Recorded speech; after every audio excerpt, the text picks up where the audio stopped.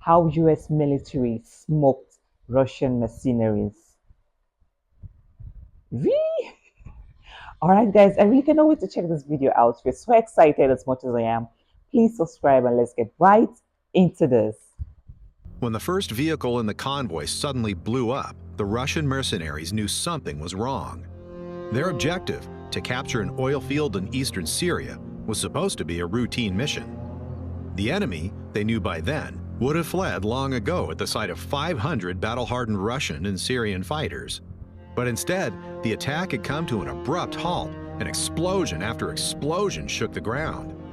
It wasn't long before AC-130 gunships, Predator drones, Apache helicopters, and fighter jets were circling over the battlefield, pounding the attackers from every imaginable angle.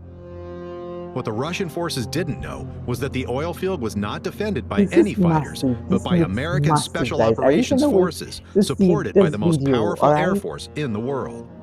And so, within a few minutes, the routine mission turned into hell on earth and into one of the deadliest engagements for the notorious Russian mercenary group Wagner. To stop the rapid advance of the self-proclaimed Islamic State, the US had deployed troops in Syria since 2014. They supported the so-called Syrian Democratic Forces, or SDF.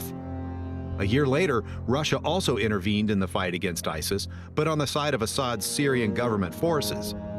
The SDF and the Syrian army were never seen as allies, but in keeping with the saying, "the enemy of my enemy is my friend," both parties at least mostly avoided each other.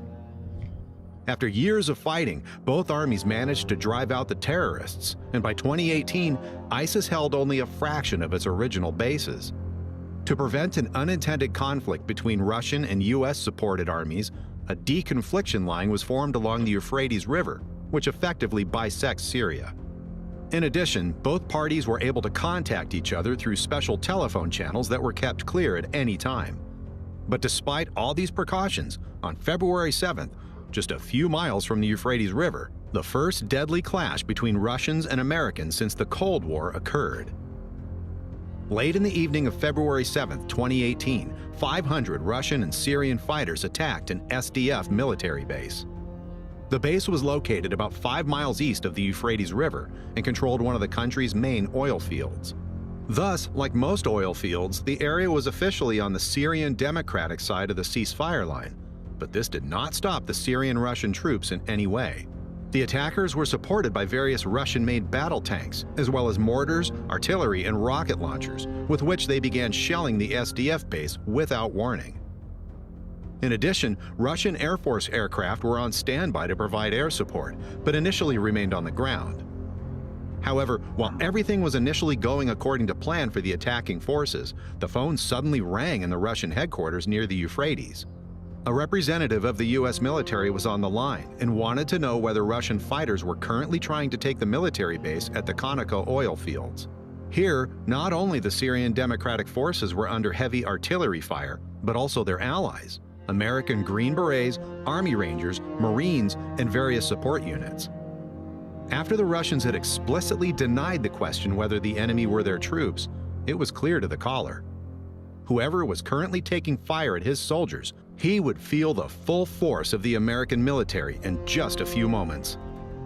The response to the attack on their military base was prompt and tremendous. Even before the Russian convoy reached its starting position for the attack, the first and last vehicles were taken out. Wow, I love this. I mean, you get it. In a classic ambush maneuver, trapping the forces in the middle. The missiles came from an American Reaper drone, which had been targeting the convoy for some time. However, to the Russian Wagner mercenaries on the ground, the drone was invisible, and they had a hard time understanding where the fire suddenly came from. It didn't take long for more shells to hit, spreading chaos on the battlefield.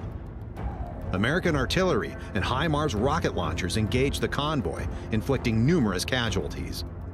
While the Russian forces were still trying to realize what was happening, 4 Apache helicopters appeared on the horizon. Although the gunships were several miles away, no one could hide from their precise infrared optics. The laser-guided Hellfire missiles found their target in the Russian battle tanks, while the 30mm cannon forced the enemy infantry to withdraw. Few of them were able to escape the explosive shells, and a Russian survivor later reported that they suffered about 200 casualties within the first few minutes, almost half of the entire attack force. The reports that are on TV about, well, about Syria and the 25 people that are wounded there from the Syrian army, and, well, to make it short, we've had our kicked. So one squadron lost 200 people. Right away, another one lost 10 people. And I don't know about the third squadron, but it got torn up pretty badly too. So 3 squadrons took a beating. The Yankees attacked. First, they blasted the out of us by artillery, and then they took 4 helicopters up and pushed us in a merry-go-round with heavy caliber machine guns. They were all shelling the holy out of it, and our guys didn't have anything besides the assault rifles. Nothing at all, not even mentioning shoulder-fired SAMs or anything like that. So they tore us to pieces for sure, put us through hell. And the Yankees knew for sure that the Russians were coming, that it was us, Russians. Our guys were coming to commandeer an oil refinery, and the Yankees were holding it. We got our beat rough. My men called me. They're there drinking now. Many have gone missing. It was a total It sucks. Another takedown. While AC-130 gunships circled over the battlefield engaging individual targets, large B-52 strategic bombers completely destroyed the convoy. Those who managed to escape hid in buildings, but even there they were not safe for long. Late into the night, the attackers were hunted by F-15 fighter jets, whose bombs penetrated even the best cover. The new 5th-generation air superiority fighter F-22 Raptor was also used, but for the soldiers on the ground, it no longer made any difference who was pounding them. The Russian contractors did not stand a chance against the American Air Force. Although there were rumors that some pilots from the nearby Russian air base were asking for permission to take off, the blue-painted Su-34s and 35s remained on the ground.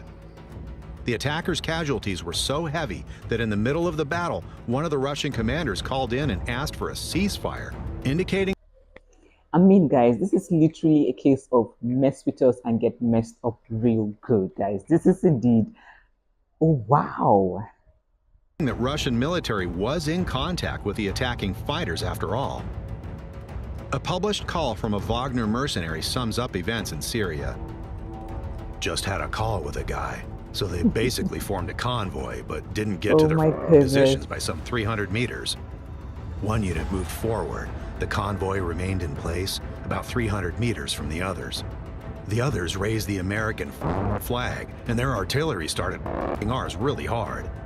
Then their choppers flew in and started everybody. Ours just running around. Just got a call from a pal, so there are about 215 killed. They simply rolled ours out hard. Made their point. What the ours were hoping for in there? That they'll run away themselves? Hope to scare them away? Lots of people so bad they can't be ID'd. There were no foot soldiers on the American side. They simply our convoy with artillery. When the battle ended early next morning, there was nothing left of the convoy of vehicles.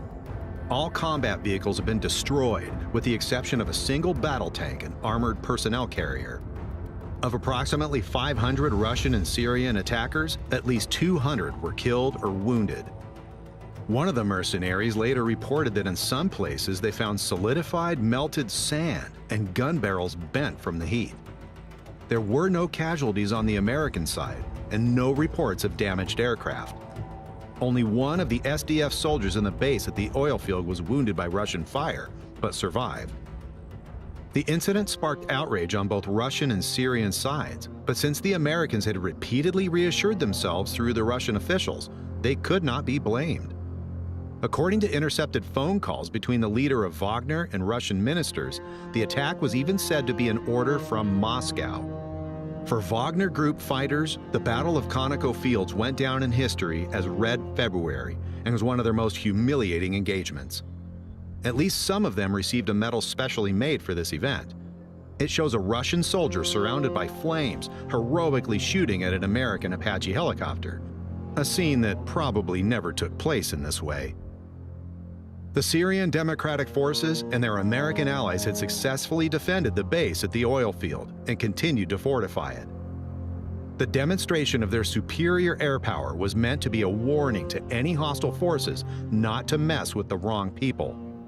Interestingly, when Syrian and Russian fighters gathered in the area again about a month later, the Americans once more contacted the Russian commander in charge. This time, it was not long after the end of the phone call that the entire Russian-Syrian fighting force hastily withdrew. For those who made it this far, thanks for watching. If you want to help us produce more content, feel free to leave a like and tell us what you think of the attack on the US base. Did the Russian military know it was their own Oh my mercenaries and goodness. deliberately sent them to their deaths? Or is it just another big misunderstanding due to the fog of war? Whatever you think, we're eager to hear your opinion.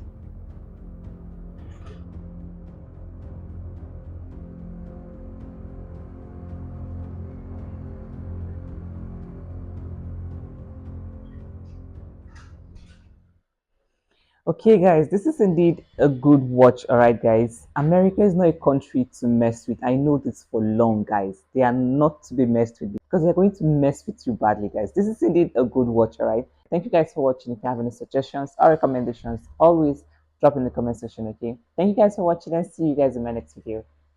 Bye.